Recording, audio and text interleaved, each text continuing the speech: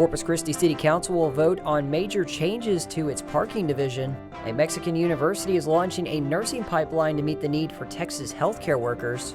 And Victoria leaders and residents debate data center possibilities. This is South Texas Midday. I'm Rob Boskamp. Thank you for joining me on this Tuesday, June 30th. In today's Corpus Christi City Council meeting, an ordinance that could cut several positions from parking enforcement will be put to a final vote. The potential $1.7 million in savings could also eliminate parking meters from downtown, uptown, and North Beach areas. If the ordinance is approved, changes could take effect as soon as July 31st. City officials told local media that operating the parking division cost about $675,000 annually, while parking meters generate about $142,000 in revenue. A parking utilization study completed last year helped guide the recommended changes. Full meeting agenda and public comment sign-up are available online on the City of Corpus Christi's website. Texas hospitals are expected to face a shortage of more than 57,000 registered nurses by 2032. The Rio Grande Valley Business Journal reports that to help alleviate the shortage, the Autonomous University of Tamaulipas in Mexico has partnered with international healthcare recruitment firm MHHR Corp to prepare and place nursing graduates in Texas through the Trade NAFTA Professional Visa Program. According to projections from the Texas Center for Nursing Workforce Studies, demand for registered nurses is expected to exceed supply by 2032, leaving the state nearly 16% short of the workforce it needs. The Rio Grande Valley Business Journal is in partnership with KEDT. The city of Harlingen has been recognized as an All-America City by the National Civic League. The organization named Harlingen as one of 10 recipients on Sunday.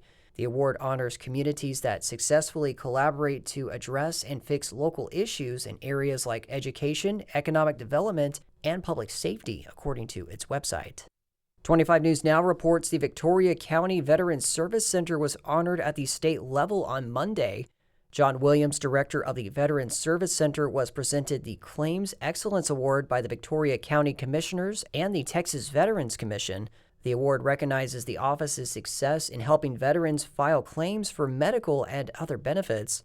Also during Monday's meeting, data centers continue to be a hot topic for the Crossroads region. 25 News Now reports that the topic took center stage during the meeting. Residents and officials called projects both a potential economic boost, but a concern for impacts on the power grid, land use, and quality of life. With a data center comes everything else that comes with it. They're going to have to do something with that closed loop water when they change it out. Are they going to treat it? Are they going to dump it? Are they going to put it in injection wells? I want to know. That was one resident speaking at Monday's meeting, audio courtesy of 25 News Now. On a statewide note, the Texas Tribune reports that San Marcos has become the first Texas city to ban data centers within city limits. San Marcos City Council voted about 2 weeks ago to define data centers and make them ineligible for any part of the city in its zoning laws. They cited concerns that developments would funnel water and energy resources from local communities. The city has no data center projects proposed within its limits. And continuing with news across the state, Venezuelan community groups and businesses across Texas are working to send aid to their home country after last week's deadly earthquakes. KERA's Priscilla Rice reports. Milagros Coromoto Martinez Oropesa has been living in North Texas since 2018. Her uncle was killed in the earthquake, and some of her cousins are still missing. Devastada. Tengo mi alma y mi corazón hecha pedazo. Devastated, she says. Her heart and soul are in pieces. She and her friend Maria Fernanda Freites cooked food to hand out in exchange for donations to send to Venezuela. Freites says they'll continue to do what they can because Venezuelans are not just millions of people. They are one, she says. Venezuela no son millones de personas, sino somos uno solo. I'm Priscilla Rice in Dallas. Cataracts affect more than 24 million Americans over the age of 40, but the solution is considered safe and relatively simple. In today's Vital Signs, KERA's Sam Baker talked to Dr. Agustin Gonzalez. He's the optometry lead for Parkland Health in the Integrated Eye Department. So cataracts are part of the normal aging process of the eye. It is a clouding of the lens that focuses the light inside the eye. So once this lens clouds, what happens is that the light is not focusing very well in the back part of the eye, which is called the retina. Does it happen only to older or elderly people, or can it be younger people?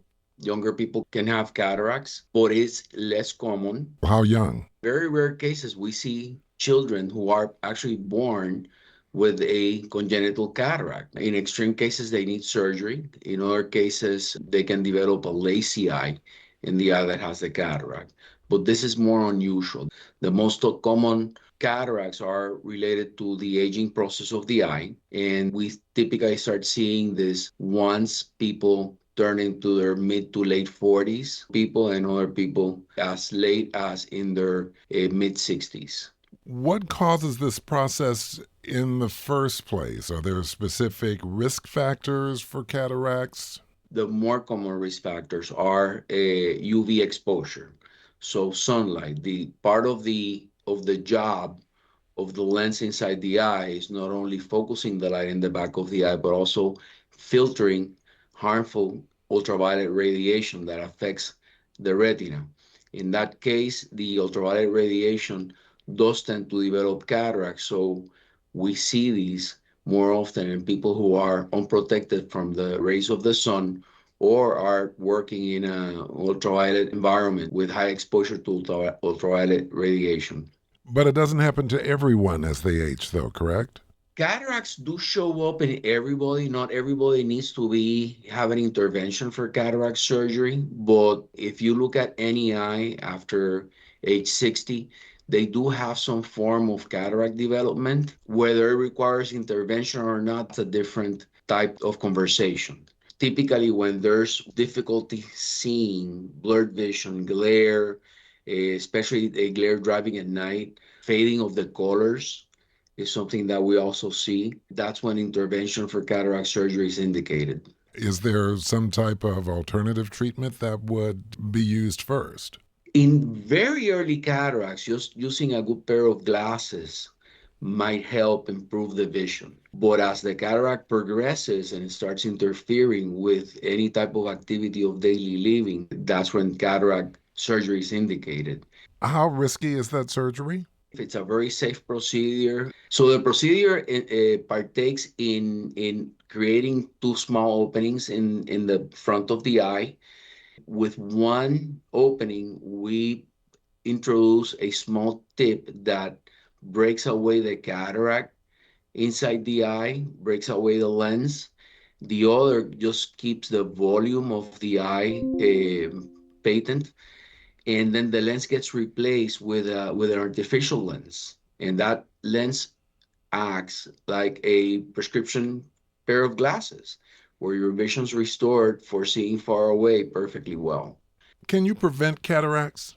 Ultraviolet protection, a good pair of sunglasses, a healthy diet, healthy lifestyle, that certainly will help avoid the formation of cataracts. As in delay the occurrence of cataracts, or? Yes, they would delay the occurrence of cataracts because, once again, it's part of the normal aging process of the eye. So having some precautions, that would help prevent the formation of cataracts. Dr. Agustin Gonzalez is the optometry lead for Parkland Health in the Integrated Eye Department. And in esports, South Texas Independent School District's Science Academy took home some highly acclaimed hardware, a national title at the Esports Series Championship. The national competition in Orlando saw youth esports teams across the country compete in video games like Fortnite, Rocket League, and Apex Legends. The Dragons took the championship in the 6-on-6 hero shooter game, Marvel Rivals. And that is the latest news and information on South Texas Midday. I'm Rob Boskamp. Your community arts calendar and more is on the way.